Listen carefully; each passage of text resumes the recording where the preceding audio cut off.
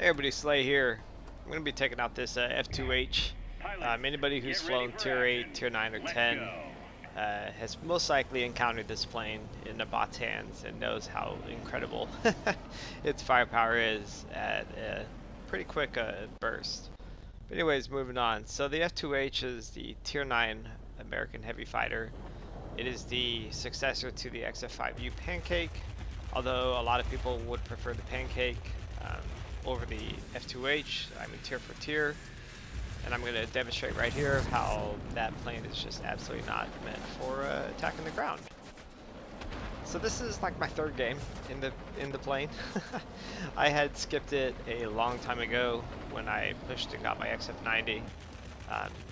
I was on this XF90 kick, and I had a ton of free experience, and yeah, I just did not see, you know, the big upgrade, right? Coming from the XF5U, I didn't see what the kick was with this plane.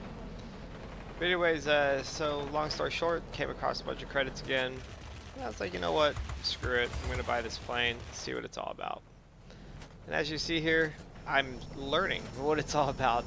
It is not a turner. It is not a dogfighter. You should never try and turn with a BF-109. You should never try and turn with anything.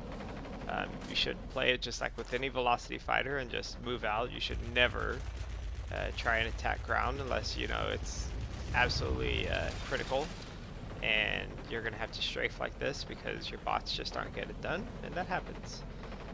But you're much better off just killing air targets, and definitely this map is kind of suited, or any map with command centers kind of suits this plane's true play style from what I learned in this game.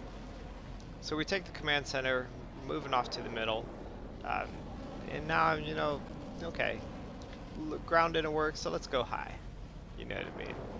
Let's go see how this plane handles when we go up to the sky. And you know, I think the cap's like something like 2200, maybe higher than that, but I'm gonna go up here and play with these big boys, and play I do. So almost get a one pass on that F6U. But you'll see here that the guns just are not as strong, obviously, than the ME262HG2. That plane, just those 30s are absolutely amazing. But one thing about these 20s is they're very fast firing, and they don't overheat that much. So you can really just put a lot of pain on someone and just really, really annoy them. And somehow in the bot's hands, this plane just, you know, crits the crap out of you. Every time I'm in a light fighter and the bot has an F2H, next thing I know, there's an F2H hunting me all game. These things are like explicit headhunters. I don't know why. Go ahead and, if you can, just write a comment. What has been your experience with bot F2Hs? Are they as bad as they've been to me? But anyways, so I'm in a heavy fighter. They have the command center. Let's go ahead and see what this thing can do to the bomber flight. So much like the 262HG2, easily just kill that first bomber on the way in. And I can tell already that this thing is going to absolutely shred these bombers, and shred it does. And if you'll look, when I'm firing these guns, look how quick, you know, they overheat, but look how quick they don't overheat. What I mean by that is, yes, they're overheating, let go of the trigger for just a little bit, the guns are going right back down. So they're cooling down super fast, almost as fast as they heat up. So as long as you can control your rate of fire and not go crazy with the trigger, you shouldn't have a hard time with these guns. A lot of people don't recommend the Hornets on these. I myself went with the rockets because here in HVAR, we tend to like the rocket people. It's just what we do. So if a plane has rockets, I'm going to take them. Even though these are horrible, horrible rockets, I would rather the F-94's rockets any day. Those things are just absolutely magnificent with something like 400 damage, and they fire in, you know, burst or whatnot. It's kind of like the R4Ms, but for Americans, just better. But anyways, these rockets aren't bad for what they are, and I think it's about time that I pick up my first rocket kill in this game. So just kind of easing my way in, and just doing some side strafing here. Get a little test fire on the rocket, and there the rest of them go. So I don't know if you guys ever watched my XF90 video. I pulled a similar maneuver there, where I bolted off to the left after I killed one of the bombers and rammed the bomber. I'm glad I wasn't, you know, stupid and did that again. Definitely grown as a player since my earlier videos. Not saying it takes any skill at all to do what I'm doing this game, but I'm going to show you that this plane, if you play it right, it is a significant help to the team.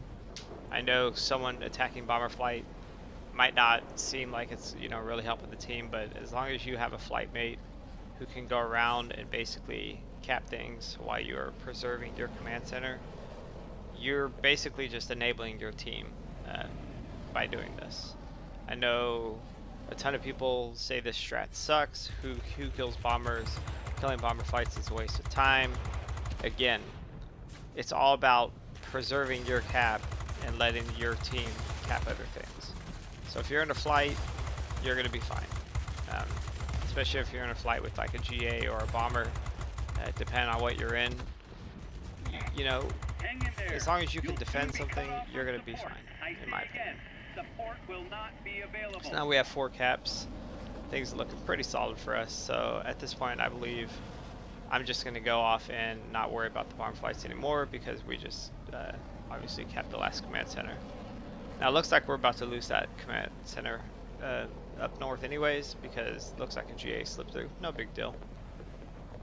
So one thing a lot of people in my comments have always posted in my videos, I tend to not repair as much as I can. So I deliberately go out of my way to repair there. And I'm glad I do. It's definitely a habit that I need to break and I need to do better at. God, the team is just clearing out everything here. Squall, I'm going to go up on this PC-28, see what we can do to him. He disappears. They finally got that other command center. And moving on. Way to go! Victory is close.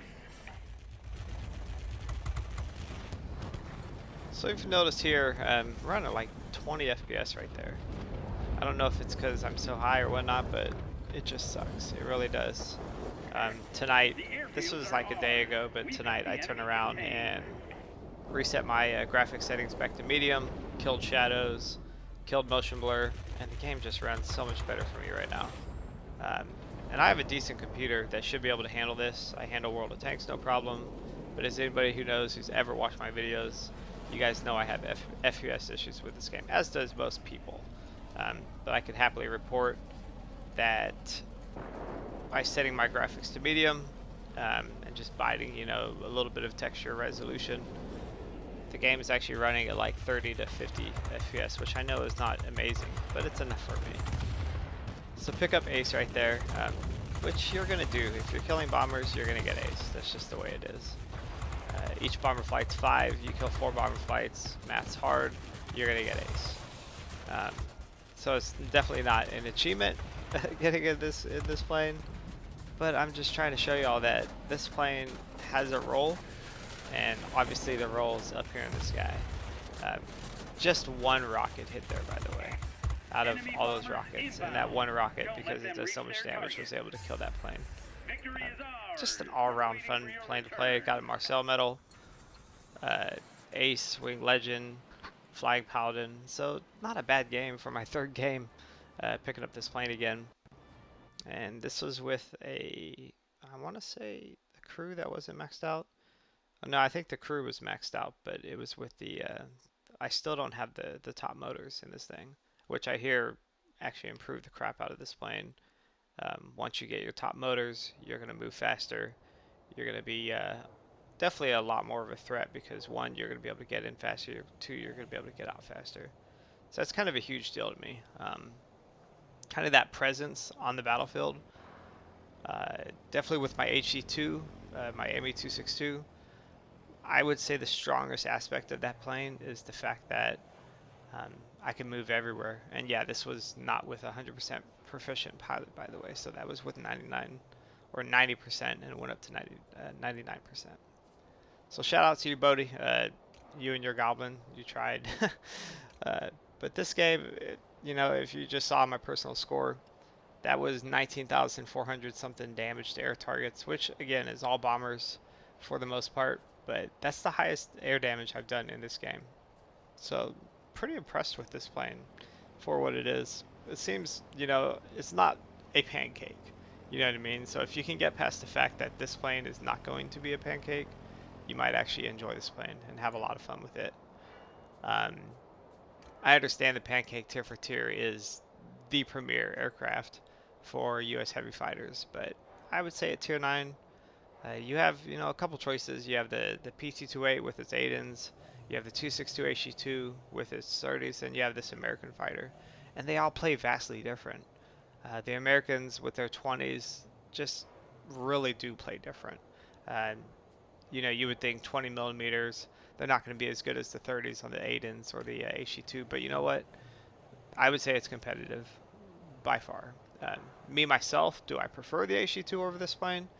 As of right now, yes, but I have like 4 games in this plane total, where I have a bunch of my HG2, and I'm loving the HG2 because I love those RFRMs, or I love air-to-air rockets for sure.